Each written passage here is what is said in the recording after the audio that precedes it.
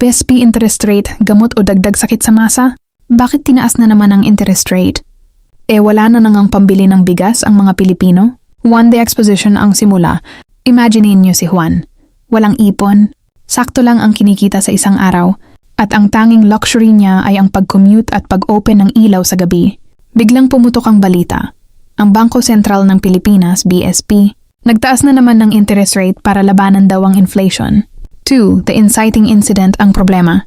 Dito na papasok ang rising energy effect. Hindi naman demand ng tao ang nagpapamahal sa bilihin.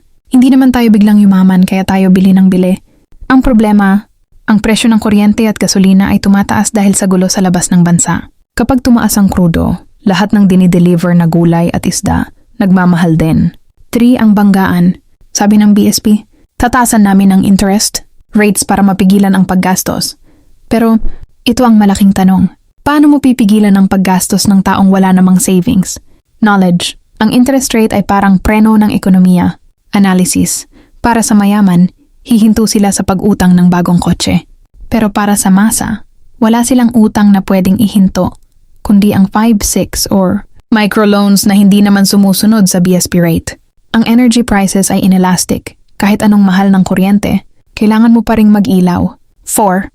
The climax. Ang katotohanan. Is it effective? Sa totoo lang, double-edged sword ito. Ang tunay na rason kung bakit ito itinataas ay para hindi bumagsak ang presyo ng peso laban sa dollar. Kung hindi tataas ang interest rate natin habang tumataas sa ibang bansa, mas lalong manghihina ang piso. Kapag mahina ang piso, mas lalong magmamahal ang imported na langis. Kaya ang interest rate hike ay parang mapait na gamot. Hindi ka nito papagalingin agad sa gutom, pero pinipigilan lang nito na mauwi tayo sa total collapse ng ekonomiya. 5. The resolution. Ang aral. Sa huli, ang monetary strategy ay hindi sapat. Bloom's taxonomy tells us we need to evaluate the whole picture. Hindi kayang solusyonan ng BSP ang kumakalam na sikmura, gamit lang ang interest rates. Kailangan ito sabayan ng tulong mula sa gobyerno, subsidies, sa transport at kuryente, para hindi lang ang masa ang laging sumasalo ng bigat. Follow for more strategic insights sa ekonomiya at buhay. FCC Ludus Literarius.